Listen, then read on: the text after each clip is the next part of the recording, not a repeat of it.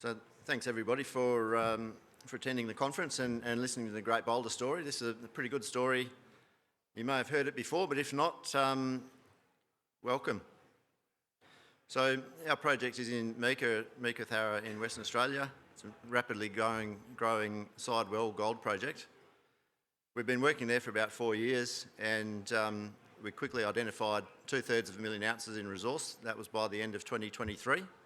We're now pushing that resource base up to a target of 1 million ounces in the short to medium term, with an aspiration of reaching 1.5 million ounces and pushing this project into development.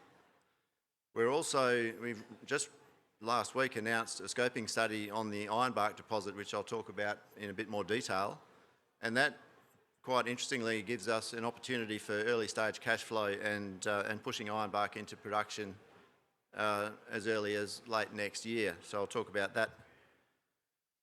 Now this is the location. This is a really good place to be. So we're literally right next to Meekatharra on the doorstep of one of Western Australia's most historic goldfields, and yet we're actually making greenfields discoveries within 10 kilometres of town. Now this is quite a unique opportunity, and people often ask me why are these targets there that have never been tested in such an obvious location? And the short answer is I actually don't know. And we have spoken to exploration operators who were in the Meekatharra region in the 80s and 90s, and they all say, we were busy around Paddy's Flat, which is a historic mining centre. Paddy's Flat is a bit over a 3 million ounce gold endowment, and yet 10 kilometres away on the opposite side of the greenstone belt, they never did any drilling. And so it's a uniquely untested opportunity in such a well-endowed area. Just briefly on the board, this is really, and the corporate overview, this is an example of where we see deep value in Great Boulder, in the sense that we're capped around mid $50 million mark.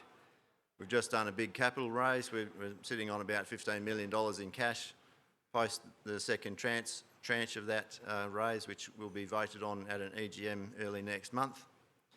Very technical board, led by Greg Hall, who's a globally experienced explorationist, and in fact on the map of Matt's there in the previous presentation, I saw a couple of discoveries that Greg made on that map, so he's a guy that's got a lot of runs on the board. Major shareholders, domestic instos sitting at about just under 11%. International institutions just come on board with the last raise, and that was very good to see. And board and management in there as well. So this is really the nuts and bolts of why we're exploring this project. So this is our sidewell project next to Meekatharra. There's a couple of things to note here. One is the location. We're about 25 kilometres away from Westgold's mill. That's the Bluebird mill. It's 1.8 million tonnes per annum. Also to the west of us, this is the Paddy's Flat area. That's what I was saying is about a 3 million ounce gold endowment if you consider historic production plus current resources. And then the other obvious thing is this big syncline structure, a fold structure running through our project, which means that the prospects on the eastern side of our sidewell project are actually the stratigraphic equivalent of the Paddy's Flat group, the same mafics and ultramafics, and yet a lot of these areas are completely untested prior to us. And in fact, Ironbark, currently sitting at a 100,000 ounce resource at 3.3 grams per tonne from surface, never had a drill hole in it, and we just found that with standard auger geochemistry. Very, very straightforward. So this gives us a really strong pipeline of growth targets, and within that we've currently got resources at Mulga Bill and Ironbark, so that's the 2/3 of a million ounces I mentioned earlier. And then particularly down the east side, all these new prospects that we're drill testing now, we see very strong growth opportunities. We have a JORC compliant exploration target, or an exploration target compliant with the JORC code, I should say, and that's from 940 to 1.1 million ounces. And as I said, we have an aspirational target out to about 1.5 million ounces beyond that before we push the button on full feasibility studies.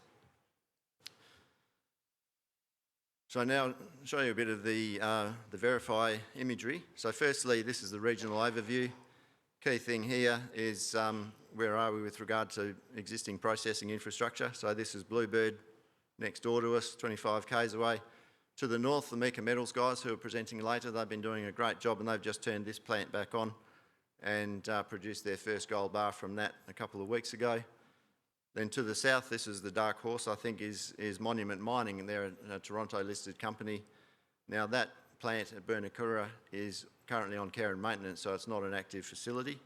They are undergoing a scoping study on restarting that with an opportunity to expand that to 750,000 tonnes per annum, which would be quite a handy capacity. And we actually have an MOU in place to consider using that plant to mill our tonnes, particularly in the short term with ironbark. So now zooming in on Sidewell, yellow dots are areas that we have targets on or resources. Currently Mulga Bill and ironbark there are the existing ones. But then further to the south, we've just announced some really nice results here at Sidewell South. It's just north of some historic workings.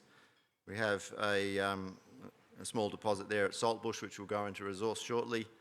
And then to the north of Mulga Bill, this whole corridor is what we call the central corridor. This is a big intrusive related gold system, and I'll talk about that a bit in just a moment.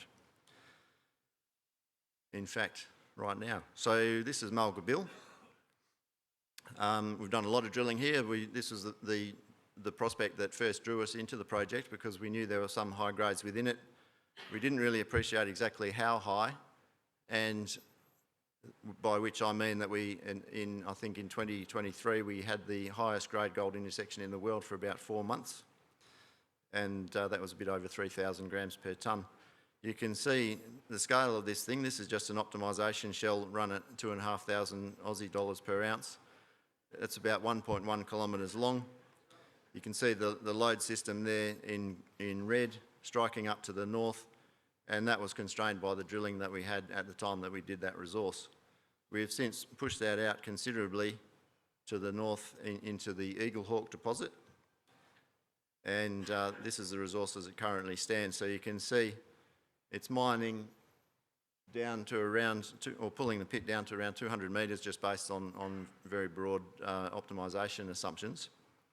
And over up to about 1,100 metres, we've since pushed that drill coverage out to push the resource out by another 250 to 300 metres when we do the next update. And then if you spin that around and continue the scope out to the north, with Eagle Hawk, there's another 900 metres of strike defined by drilling there, just some of the highlights in that area. And we will be pushing that drill coverage much further north in the next 6 months. If we then zoom across quickly to ironbark, now this is where we did the scoping study just recently. So this is the scoping study shell, which is based on 4,000 Australian dollars per ounce. And this gives us a production target of about 79,000 ounces mineable within this pit shell. So this is a pretty exciting development for Great Boulder. Obviously, firstly, it's an opportunity for early stage cash flow and non-dilutive funding. But more broadly, it represents the overall value of this Sidewell project. And we see, you know, at a spot gold price, which in fact is about $200 out of, it's gone up about $150 since we did this study, the spot price. So that was giving us an NPV number of about $137 million on these ounces. And if you then consider all the ounces that we have at Mulga Bill, the strike continuation into Eagle Hawk, smaller things like Saltbush and Sidewell South, within this 1 million ounce exploration target, it really looks like an amazing value opportunity. The other thing to look at here, which isn't in the scoping study, is that we've just recently drilled these holes out to the south, and we're seeing the grade continue at depth. And this is really interesting for a couple of reasons. Firstly, because it's 8 to 9 grams per tonne, so some pretty nice intersections there. And secondly, it represents an area that we didn't think there was mineralisation continuity. So we had some air core drilling there that was negative, obviously closer to surface, down to the top of fresh rock. What this means is that we're now finding high-grade gold in effectively blind positions that we can't see from surface, so it's quite intriguing. we'll be doing a lot of work to try and understand what that looks like and where else it might be. So this is the scoping study. So as I say, at spot a couple of weeks ago, 137 million NPV, 152% internal rate of return, and a pre-start capex of about $3.1 million. Now, obviously, this is a scoping study. It's done at a level of certainty of about plus or minus 30%. So the scoping study announcement had a lot of compliance and cautionary statements within it. But there's the bell. But this is a fantastic opportunity for us to start generating value in Great Boulder, getting money into the bank and pushing the rest of the project through into feasibility. So I will probably sign off at that point, but this is what the rest of the project looks like. Ironbark's up here, Mulga Bill and Eagle Hawk up here, and these are all the other targets that we have over 22 kilometres down to the south end of the corridor. There's a quote there from my favourite geochemist, Dr. Scott Halley, who at the time said that this was bigger in extent than the whole Paddy's Flat gold camp.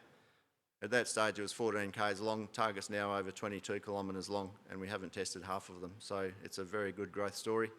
Combination of growth through discovery and development at the same time. So very, very exciting times ahead. So thanks for your attention.